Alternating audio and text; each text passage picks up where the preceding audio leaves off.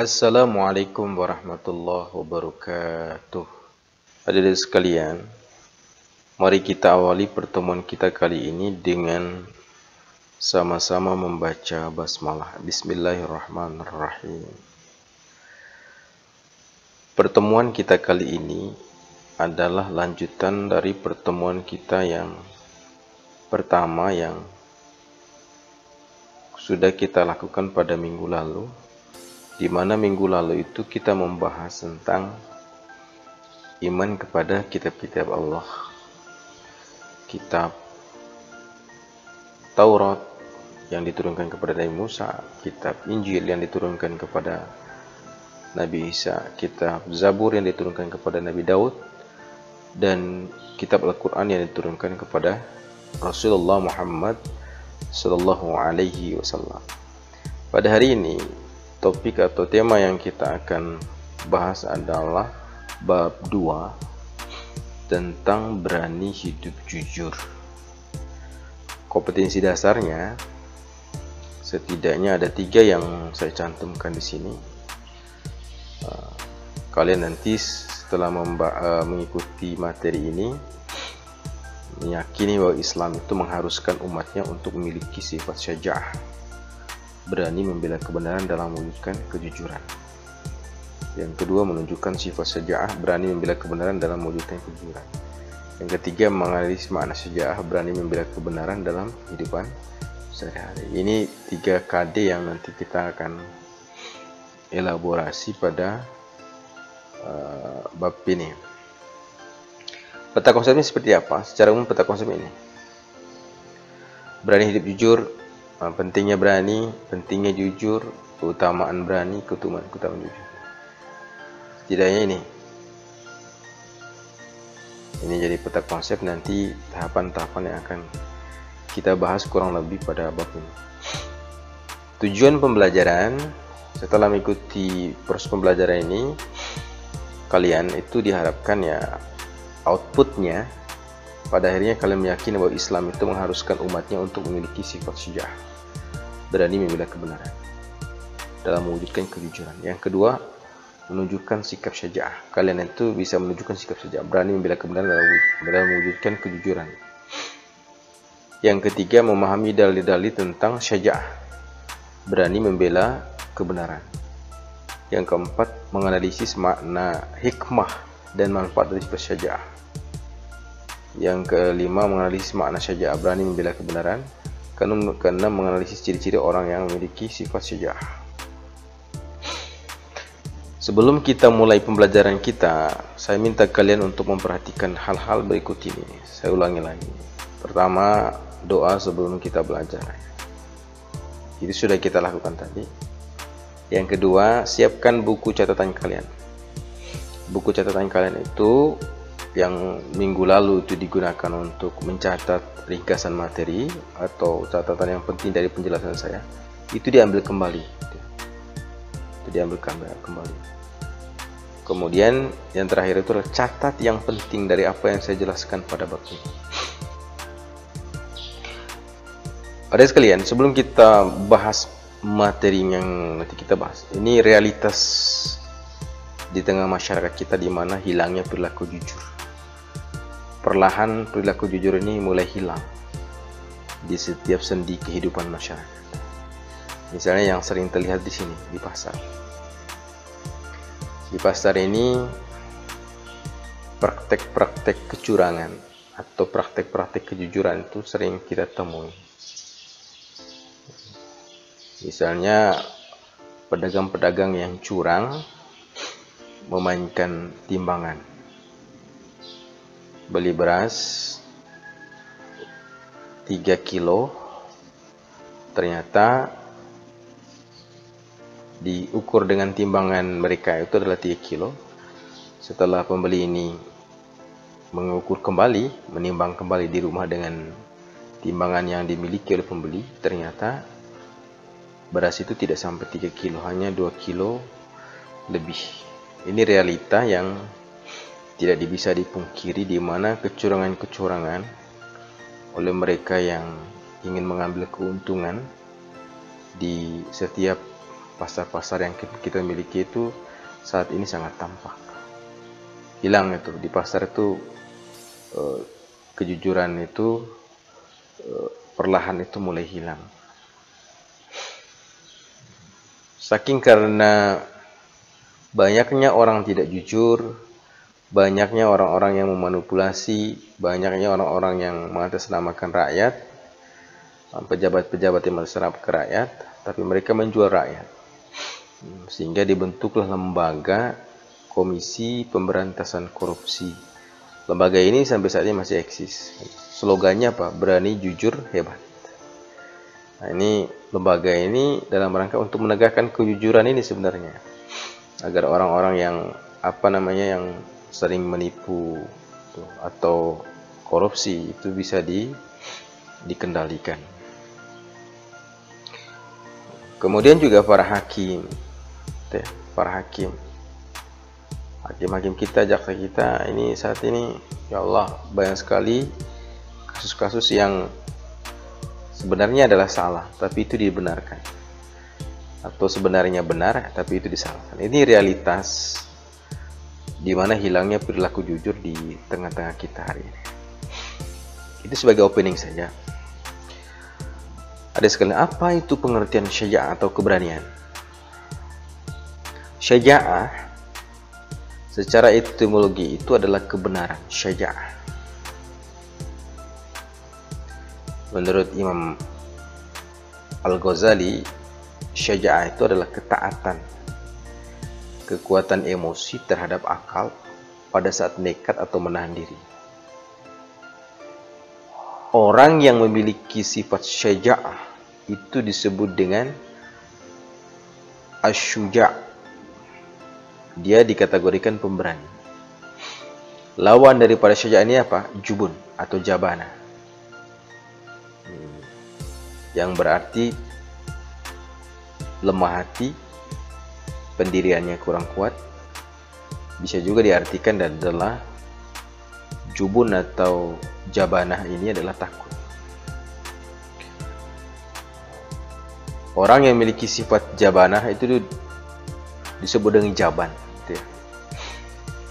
Jaban itu adalah pengecut, atau sangat takutlah. Nabi SAW itu menjelaskan dalam hadisnya, qulil haqqu walau kana murran. Katakan yang benar, kata Rasulullah, walau kana murran. Hal yang benar ini, suatu yang pahit pada akhirnya, itu harus disampaikan. Tidak boleh kita menyembunyikan kebenaran. Tidak boleh. Kemudian apa saja dalil syaja'ah menurut Al-Quran dan hadis Nabi SAW? Dalam Quran surah Al-Ma'idah ayat 8 Allah katakan, A'udzu billahi minasyaitonir rajim. Bismillahirrahmanirrahim. Ya ayyuhalladzina amanu kunu qawwamina lillahi syuhada'a bil qist. Wahai orang-orang yang beriman, jadilah kalian itu, kata Allah, hendaklah kamu itu jadi orang-orang yang selalu menegakkan kebenaran. Lillah, karena Allah. Syuhada'a bil qisti wa la yajrimannakum sana'anu qaum. Kemudian menjadi saksi dengan adil, dan jangan sekali-sekali kamu benci terhadap suatu kaum. Ayat ini Allah perintahkan untuk apa? Dua hal, untuk kepada orang beriman untuk melakukan dua hal. Satu, menegakkan kebenaran karena Allah. Tidak boleh ragu. Setiap kita menegakkan kebenaran, maka niatkan menegakkan kebenaran itu karena Allah.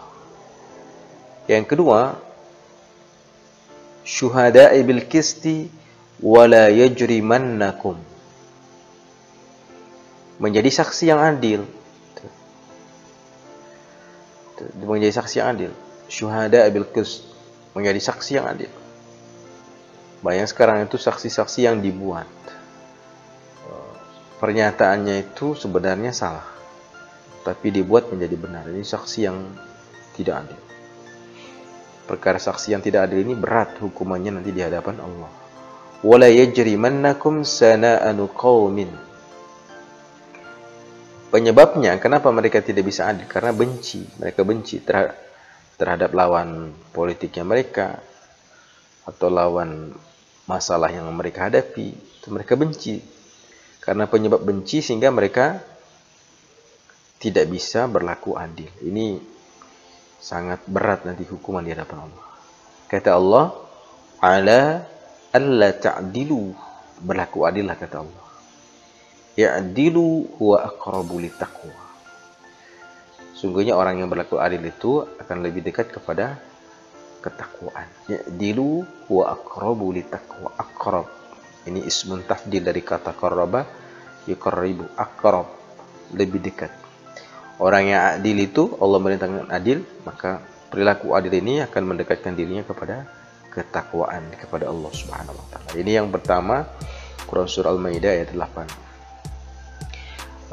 Kemudian mengapa kita penting memiliki sifat jujur ini? Nabi menganjurkan kita sebagai umatnya untuk jujur.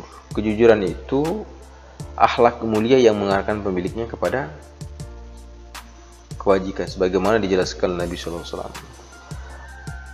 An Abdullah ibn Mas'ud radhiyallahu anhu qala Rasulullah sallallahu alaihi wasallam. Apa kata Rasulullah? Alaikum bis-sidqi. Wajib bagi kalian itu memiliki sifat jujur. Fa inna sidqa yahdi ilal birri. Karena sungguhnya jujur itu kata Rasulullah akan mengantar kalian yahdi ilal birri, mengantar kalian kepada kebaikan. Wa innal birra, dan sesungguhnya kebaikan itu kata Rasulullah yahdi ilal jannah, mengantar kalian kepada surga. Hadis ini diriwayatkan oleh Muslim. Artinya seorang muslim itu wajib memiliki sifat jujur. Ya, berani wajib dimiliki, jujur juga harus berani jujur. Itu sangat istimewa sifat seorang muslim itu. Karena orang yang berani jujur dia akan diantar oleh Allah kepada kebaikan. Maka kebaikan ini kata Rasulullah akan mengantarnya kepada, mempermudahnya menuju surga Allah Subhanahu wa taala. Hadis ini diriwayatkan oleh Imam Muslim. Kemudian sifat jujur ini juga merupakan tanda. Ini pentingnya sifat jujur ini. Tanda keislaman seseorang. Juga tanda kesempurnaan iman bagi si pemiliknya. Tanda keislaman seseorang. Kemudian tanda kesempurnaan imannya juga dilihat apakah dia memiliki jujur atau tidak. Pemilik kejujuran ini memiliki kedudukan tinggi di dunia dan di akhirat. Dengan kejujurannya seorang hamba akan mencapai derajat orang-orang yang mulia dan selamat dari keburukan. Ini makanya penting kita memiliki sifat jujur. Jadi menurut tepatnya jujur ini ada beberapa macam. Ada jujur dalam niat, jujur dalam hati, dalam niat ini. Jujur dalam niat ini adalah motivasi bagi setiap gerak dan langkah dalam rangka taat kepada Allah dan ingin mencapai ridhonya. Ini sangat penting. Niyatul mukmin khairum min amaliha. Niat seorang mukmin itu lebih baik kata Rasul daripada amalnya. Maka dia harus jujur, niatnya harus jujur. Yang kedua, jujur dalam ucapan. Hati kita jujur, maka ucapannya harus jujur. Jangan hatinya berkata lain, ucapannya berkata lain. Itu tidak jujur namanya. Memberikan sesuatu sesuai dengan realitas yang terjadi. Jujur. Orang tua, petani ya bicara, ngobrol dengan teman tentang keadaan orang tuanya harus jujur. Jangan orang petani bilang pengusaha, itu namanya tidak jujur. Yang ketiga, jujur dalam perbuatan. Artinya seimbang antara lahiriah dan batiniah. Hingga tidaklah berbeda antara amal lahir dan amal batin. Saudara sekalian, jujur dalam niat, jujur dalam ucapan, jujur dalam perbuatan. Kalau tiga ini dimiliki oleh seorang muslim, maka sempurnalah imannya, sempurna pula keislamannya di hadapan Allah Subhanahu wa taala. kita harus berani jujur. Ya, kita harus berani jujur. Jadi mengenai arti kejujuran membawa kebaikan membawa ke surga. Jadi dari sekalian, kita harus berani itu jujur. Kenapa harus berani? Ini akibatnya. Kata Allah, wa may yaghlul ya'ti bima ghalla yaumal qiyamati thumma tuwaffa kullu nafsin ma kasabat wa hum la yuzlamun. Ini kata Allah. Orang-orang yang bohong itu mengantarkan pelakunya tidak dipercaya orang lain. Kemudian kebohongan yang dilakukannya itu telah membawa kepada apa yang dikhianati pada hari kiamat ini. Kata Allah, barang siapa wa may yaghlul, barang siapa yang berkhianat bima ghalla yaumul qiyamah, niscaya pada hari kiamat dia akan datang membawa apa yang dikhianati itu. Summa tuwaffa kullu nafsin ma kasabat wa hum la yuzlamun. Kemudian setiap orang akan diberi balasan yang sempurna sesungguhnya apa yang dilakukan. Dia akan memperoleh balasan dari Allah Subhanahu wa taala. Hati-hati. Kita bohong, maka kita berkhianat, maka kita akan membawa apa yang kita khianati di hadapan Allah Subhanahu wa taala. Makanya harus kita berani jujur. Hikmah yang dipetik ada sekalian yang dari orang-orang yang memiliki sifat jujur ini. Perasaannya enak, hatinya tenang. Dia berani jujur, syaja'ah dalam jujur. Maka dia akan perasaannya enak, hatinya tenang. Jujur akan membuatnya menjadi tenang. Dia tidak takut akan diketahui kebohongannya karena dia berbohong. Pokoknya orang yang berani jujur, perasaannya enak, hatinya tenang. Kemudian yang kedua, orang yang berani jujur hikmahnya adalah mendapatkan kemudahan dalam hidup, insyaallah. Karena dia jujur, orang akan mempercayainya. Akan diberikan kemudahan dalam memperoleh pekerjaan, penghasilan, rezeki. Pokoknya banyak sekali kemudahan. Yang penting dia berani jujur. Yang ketiga, orang yang berani jujur itu apa? Hikmahnya, selamat dari azab dan bahaya. Karena tidak dia jujur, ya banyak sekali kejadian orang yang membohongi orang lain itu dicari oleh orang yang pernah dia bohongi, kemudian dia bunuh. Ini bahaya. Tapi orang yang berani jujur, insya Allah dia selamat dari azab dan bahaya. Tidak pura-pura. Yang keempat, membawa kebaikan. Kebaikan yang menuntun ke surga. Ini jalan yang terbaik agar kita memperoleh surga Allah adalah berani jujur. Yang kelima, dicintai oleh Allah dan Rasulnya. Maka orang-orang yang berani jujur ini, dirinya akan dicintai oleh Allah dan dicintai oleh Rasulullah Sallallahu Alaihi Wasallam. Ada sekalian, jika kalian sudah mengikuti materi ini, sudah mencatat yang penting, saya minta kalian barangkali dari penjelasan ini ada yang belum kalian paham dari materi ini, ya, tolong berikan pertanyaan di di bawah pertanyaan itu di share di grup WA, ya, WA kelas. Kemudian bagi kalian yang tidak memiliki pertanyaan atau sudah paham ada dengan apa yang saya jelaskan, saya minta kalian untuk foto catatannya. Catatannya itu di share ke WA saya, ya, di WA saya, sehingga nanti bisa saya koreksi catatan-catatan kalian. Ini sangat penting. Saya kira demikian materi untuk pertemuan kedua ini. Saya ucapkan terima kasih atas kalian sudah mengikuti materi ini. Jangan lupa untuk selalu mempelajari. Terima kasih. Kita akhiri dengan membaca hamdalah. Alhamdulillah ya Rabbil Alamin. Maka saya akhiri dengan mengucapkan wabillahi taufiq wal hidayah. Wallahualam. Assalamualaikum warahmatullahi wabarakatuh.